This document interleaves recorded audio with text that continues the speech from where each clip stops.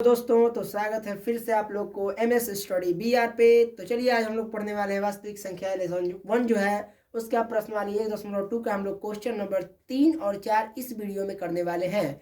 तो अगर आप इस चैनल पर नए हैं तो चैनल को लाइक और सब्सक्राइब कर दें और साथ ही बेल आइकन को प्रेस कर दें ताकि इस तरह की मैथ से रिलेटेड वीडियो आप तक पहुँचती रहे। तो चलिए बिना देर किए हुए हम लोग क्वेश्चन को पढ़ते हैं।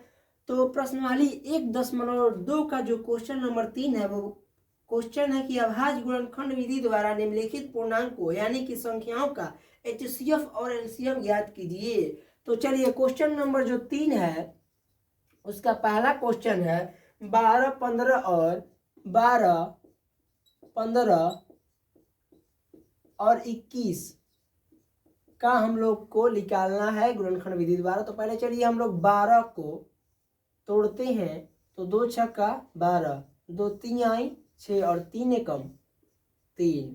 ठीक है, उसके बाद हम लोग 15 को तोड़ते हैं।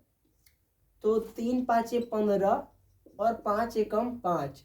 21 को तोड़ेंगे तो हो जाएगा 3 साते 21 और 7 एकम 7। अब हम इसका गुणनखंड जो लिखेंगे 12 इक्वल टू 15 इक्वल टू और 21 इक्वल टू करके लिखेंगे। तो 12 का जो गुणनखंड है 2 गुना 3 है और जो 15 का है 3 गुना 5 है और जो 21 का है वो 3 गुने में 7 है। तो जो मिलता है हम लोग का एचसीएफ होता है, जो संख्या मिलता है वो हम लोग का एचसीएफ होता है। देख सकते हैं आप यहाँ पर 3 जो है मिल रहा है तो 3 हम लोग का हो जाएगा एचसीएफ। एलसीएम किसे कहते हैं? तो एलसीएम जो बचा हुआ संख्या है 2 गुना 5 गुना 7 और गुना में ले लेंगे हम लोग एचसीएफ को, तो ये बन जाएगा एलसीएम। तो 3 आई तो दूनी का 4 हो जाएगा, 4 पाँचे 20, 20 3 आई 60, 6 7 42 यानी कि 420 हम लोग का एलसीएम हो गया ये आंसर। क्वेश्चन नंबर जो 2 है इसी तरह का क्वेश्चन नंबर जो 2 में जो दिया हुआ है 17, 23 और 29 का। तो 17, 23 और 29 का हम लोग को निकालना है। तो पहले वैसा ही हम लोग 17 का ले लेंगे, गुणनखंड विधि द्वारा तोड़ेंगे। तो 17 एकम 17 और 23 को तोड़ेंगे तो 23 एकम 23 और अगर 29 को तोड़ेंगे तो 29 एकम 29 यानी कि यहाँ पर लिख देंगे 17 इक्वल टू 23 इक्वल टू और 29 इक्वल टू क्या है, इसमें 17 गुना 1 है, इसमें 23 गुना 1 है गुणनखंड और 29 का जो है 29 गुना 1 है। जो संख्या मिलता है वो हम लोग का एचसीएफ होता है। तो एचसीएफ हम लोग का क्या होगा, मिल रहा है संख्या 1 तो 1 हम लोग का एचसीएफ होगा। और एलसीएम की बारी आई तो एलसीएम हम लोग का होता है जो संख्या बचा हुआ है। तो 17 गुने 23 गुने 29 और गुना में 1 अगर लेंगे तो कोई प्रभाव पड़ेगा ही नहीं। तो पहले हम लोग इधर गुना कर लेते हैं। जब गुना हम लोग करेंगे 17 और 23 में तो 17 का 21 हासिल 2, 7 दूनी 14, 2 16 और 23 एकम का 23 हो जाएगा। यानी कि हम लोग का यहाँ पर हो जाएगा 6 का, देख सकते हैं यहाँ पे 1 का 1 और ये हम लोग का 6 जो 6 में 3 को जोड़ेंगे तो 9 होगा और 1 तो 3 यानी कि 17 में 23 की किए तो हम लोग का 391 आया। अब हम लोग 29 से करेंगे इसी में गुना 9 एकम 9, 9 81 का 1 हासिल 8, 9 3 27 और 8 हो जाएगा 35 और 2 एकम 2 हो जाएगा, 9 दूनी 18 का 8 हासिल 5, 9 दूनी 18 का 8 हासिल 1 होगा और 3 दूनी का 6 1 7 होगा।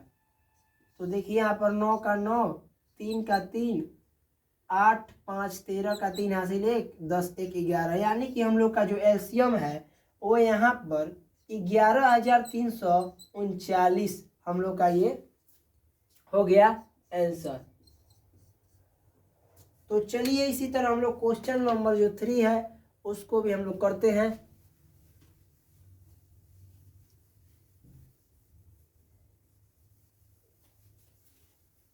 इसी में है क्वेश्चन नंबर 3 का जो 3 है वो 3 है 8, 9 और 25 का। 8, 9 और 25 का हम लोग को एलसीएम और एचसीएफ निकालना है। तो पहले हम इसको गुणनखंड विधि से तोड़ेंगे। 2 चौका 8, 2 दूनी का 4, 2 एकम 2। उसके बाद 9 को तोड़ेंगे तो तितरी का 9 और 3 एकम 3 हो जाएगा। और 25 को अगर तोड़ेंगे तो यहाँ पर देख सकते हैं आप 5 × 25 और 5 एकम 5। गुणनखंड विधि के बाद लिखेंगे इसको। 8 इक्वल टू कितना है 2 गुना 2 गुना 2 गुना 1। उसके बाद क्या है 9 का 3 गुना 3 और गुना में क्या है 1। 5 गुना 5 है 25 का। 5 गुना 5 गुना 1 जो संख्या मिलता है एचसीएफ होता है। 1 1 मिल रहा है तो एचसीएफ में क्या होगा 1 ओनली आंसर। और एलसीएम में क्या होगा तो जो संख्या बचा हुआ है यानी कि 2 गुना 2 गुना 2 गुना 3 गुना 5 गुना 3 गुना 5 गुना 5। अब इसको हम लोग गुना करते हैं तो हम लोग का कितना होगा 2 दूनी का 4, 5 20, 20 5 100, 100 का पहाड़ा 3 बार तो 300 और 300 का पहाड़ा 3 बार तो 900, 9 का पहाड़ा 2 बार पढ़ेंगे तो 1800। यानी कि 1800 हम लोग का ये आंसर आ चुका है। तो चलिए इसी तरह हम लोग क्वेश्चन नंबर जो है 4 उसको करते हैं बिना देर किए हुए। अब हम लोग क्वेश्चन नंबर 4 को करते हैं। तो क्वेश्चन नंबर जो 4 है वो कह रहा है कि एचसीएफ 306 और 657 का जो एचसीएफ है, एचसीएफ दे दिया गया है 9, लेकिन हम लोग को एलसीएम मालूम ना है तो एलसीएम ज्ञात करना है। यानी कि बोल रहा है 306 और 600 जो 57 का एलसीएम है वो हम लोग को मालूम नहीं है तो ज्ञात करना है। तो इसका एक फॉर्मूला होता है, पहले हम लोग इस फॉर्मूले को लिख लेते हैं। फॉर्मूला होता है क्वेश्चन नंबर जो 4 है, फॉर्मूला होता है पहली संख्या गुने दूसरी संख्या। पहली संख्या गुने दूसरी संख्या इक्वल टू एचसीएफ गुने होता है एलसीएम। ये हम लोग का जो है फॉर्मूला है, ये हम लोग का फॉर्मूला है। इसी पर हम लोग इसको बनाएंगे। तो पहले पहली संख्या लिखेंगे, पहली संख्या,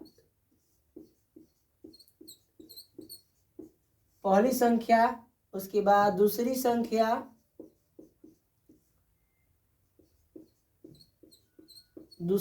लिखेंगे। उसके बाद एचसीएफ लिखेंगे कितना दिया हुआ है। उसके बाद एलसीएम देखेंगे कि दिया हुआ है कि नहीं। तो पहली संख्या हम लोग का दिया हुआ है 306, दूसरी संख्या हम लोग का दिया हुआ है 657 और जो एचसीएफ दिया हुआ है वो 9 है। लेकिन एलसीएम बोल रहा है कि क्या वाट, एलसीएम बराबर वाट। तो आ गया। तो हम लोग इस फॉर्मूले पर रख लेंगे। पहली संख्या पहले हम लोग लिखेंगे तो कितना हो जाएगा 306 और गुना करेंगे दूसरी संख्या से। दूसरी संख्या कितना है 657। उसके बाद क्या करना है इक्वल टू यानी कि बराबर का निशान देके एचसीएफ कितना है तो 9 और गुना में कितना है एलसीएम। तो एलसीएम ना है तो एलसीएम वैसे का वैसा ही लिख देंगे, ठीक है। उसके बाद आते हैं अगले पॉइंट में, देखते हैं 306 गुना 657। ये देखिए गुना में है 9 तो यहाँ पर आएगा तो भागा में हो जाएगा और बराबर में ये हो जाएगा एलसीएम। एलसीएम हो गया। उसके बाद हम लोग देखिए इसको कटाते हैं। 9 से ये कट रहा है, 9 से कटेगा तो 9 3 27, 3 बार में उधर जाएगा हम लोग का 3 तो 36, 9 चौका 36। यानी कि अब हम लोग का क्या बचा 34 गुना 657 बचा हम लोग का इक्वल टू एलसीएम। अब इससे हम लोग को गुना करना है 657 से हम लोग करेंगे 34 में।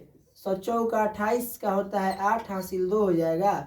20 का हो जाएगा 22, 20 और 2 22, 22 का 2 हासिल 2, 100 चौका 24 और 2 26 होगा। 7 का 21 हासिल 2 होगा, 5 3 1 15, 2 17 का 7 हासिल 1 होगा और 6 18 1 19 होगा। तो हम लोग का क्या होगा यहाँ पर 8 होगा। उसके बाद 2 1 3 होगा, 6 और 7 होता है 13 का 3 हासिल 1, 9 2 11 12 का 2 हासिल 1 और 1 1 कितना होता है 2, यानी कि हम लोग का आया आंसर कितना।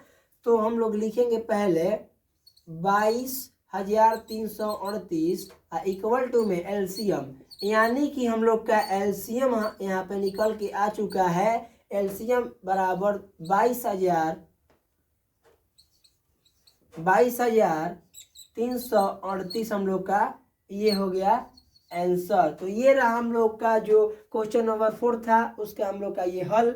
तो आई होप आप लोग को इस वीडियो में क्वेश्चन नंबर 3 और 4 अच्छे से समझ में आया होगा और सरल भाषा में समझ में आया होगा। तो इसके बाद हम अपने वीडियो को एंड करते हैं।